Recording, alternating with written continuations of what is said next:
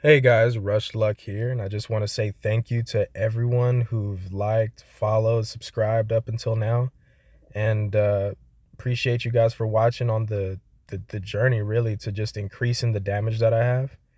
Now, this build in particular and this weapon itself really synergizes extremely well with the Paladin build that I already had, and I'm just gonna help you guys optimize it so you can take it into the late game and really make it to where just holding one weapon will do just as much damage, if not more, than holding two. Uh, of course, most people who watch this aren't going to want to stick around for the entire thing, so the first 5 minutes will be just the location. So you're going to want to head to the Lindell Capitol. This is the Avenue Balcony Grace. Make your way down here, go up the dragon, and then after that, you're going to just follow that path. Uh, Now, the main reason I wanted to post this for you guys is because having an S attribute scaling weapon is extremely helpful for late game. Of course, there's always people who will debate having a more attribute scalings actually make the weapon better. However, I actually found a way to make it to where having that one S scaling is actually more beneficial to you if you are running the Paladin build. So this is specifically for you guys, and of course, there are other ways you can optimize it. There's actually a spell that I didn't use. The Flame Give Me Strength spell will actually buff you up another 20% past the final number that you'll see in the end if you want to stick around to see how to actually deal damage with this weapon. Because just having the attribute S scaling isn't enough to actually make the weapon effective. What makes the weapon effective is the, of course, Golden Vow buff, the Electrify Armament buff. And those two buffs are great, but it's not going to be everything that you need in order to deal really optimal damage.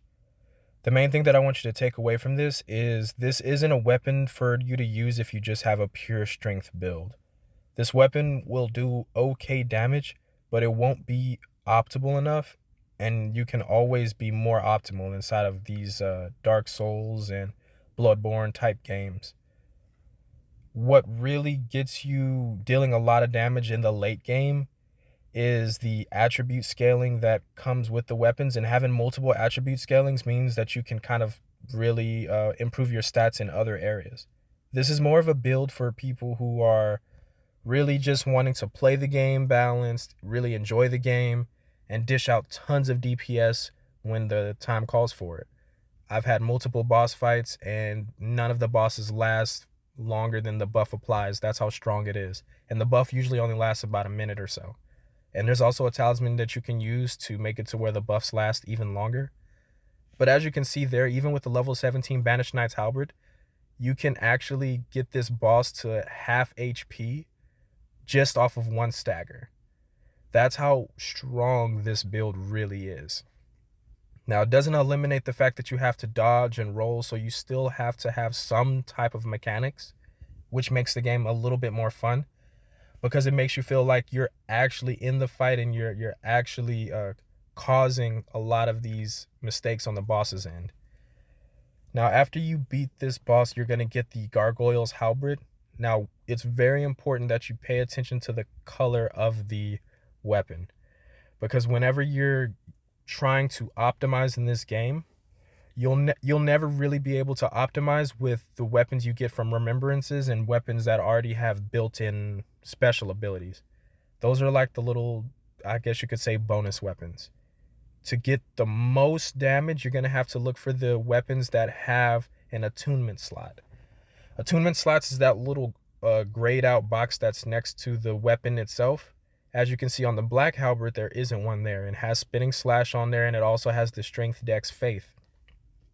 Now, Dexterity is cool if you're trying to run any other type of build, but if you're trying to be optimal, stay within a certain level, and still deal tons of damage, what you're gonna want to do is stick more to Strength Faith or Strength Arcane or Strength Intelligence, things of that nature. Now, if you're just purely stat dumping, this video isn't for you. There's much better weapons that you can use for stat dumping. This is for a specific build, for a specific balanced style of gameplay. And it's also really a culmination if you want to dish out more damage from the Banished Knight's Halberd, since it caps out at the strength being A for the scaling. Now, I'm just showing you this to show you that just at level 1, the Gargoyle's Halberd is actually better than the Black Halberd that's already a +2, which makes it even better. You can actually see right off the bat, it's a strength scaling C, and in this game, what makes it so awesome is that as you buff up the weapon to different levels, the attribute scaling will actually increase. So when you're looking for weapons, look for those C attribute scalings. The E attribute scalings are kind of tricky, are kind of tricky, but as you can see, when you get here, you have the spinning strikes because of course you've been watching my videos, and you of course are able to use your Lost Ashes of War to duplicate it, because you're going to want to keep the Banished Knight's Halberd as somewhat of a relic, right? So you're going to put the spinning strikes on the Gargoyle's Halberd, and then you're going to apply the heavy attunement. The heavy attunement will take away the dexterity, but it'll put all of those points into the strength attribute. Now, once all those points are in the strength attribute, of course, you're not going to see it here. You're going to see the reflection. If I was to put it there, it would remove it. But once you get it to 25, the physical attribute, and that's the bonus if you're at around 85 strength. So, of course, if you have strength and you're using strength in your builds, you're going to have a lot of strength regardless. So you should see something close to that number. Now, with one hit, with just having the lightning on, it dealt the 1057 with one hit, and the actual lightning talisman, you can see, and golden vow, you can see that it dealt about 1153. The main reason I'm showing you this is to show you the difference in strength, right? Because all the little digits for each little area, they really add up. And the whole point of the game, once you get to the end, is really getting the maximum amount of DPS.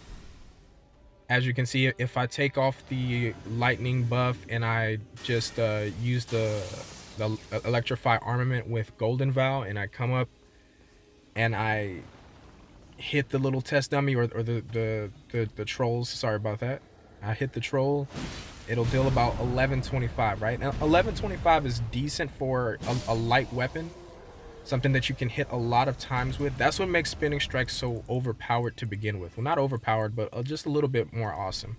The fact that it drains very little stamina per hit and very little FP as well. So with just those, you have the 1153 on, and I was trying to show you there that putting on the Lightning Scorpion Charm with all the buffs included will actually make it to where you hit for 1173.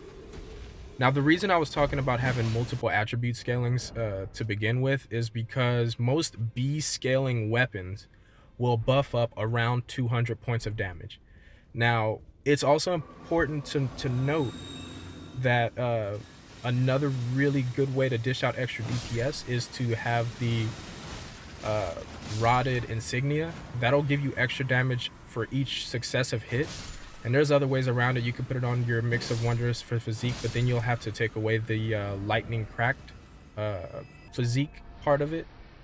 But as you can see, I was at around 804, 807 before, and then it buffed up to 876 with the successive hits. So the Rotten Winged Sword insignia, that thing is really awesome and will help you deal out even more damage. I tried it with the Phlox Canvas Talisman, but it doesn't really buff the ability itself. The only thing that gets the ability to be around 225 is having a level 25 or max level seal. When you get your max level seal, your incant scaling will go to around 300, and that's how you'll get that 225, which technically would be considered having a B attribute slot inside of your lightning ability without having to have that split of DPS inside of the attributes. So not only do you have that awesome startup with the 800th in the lightning armament that buffs it up to about 1,000, then you have the golden vow buffs it up another 100 or so, with the lightning crack tier dealing that extra damage. And another reason I wanted to show you guys that is because the lightning cracked tier and the lightning scorpion talisman, they won't reflect in the character status the damage increase. The damage increase will only happen after you're actually hitting the opponent. So the numbers that you see are the numbers before hitting, and then of course with the talisman and the drink itself, it'll buff it up even more.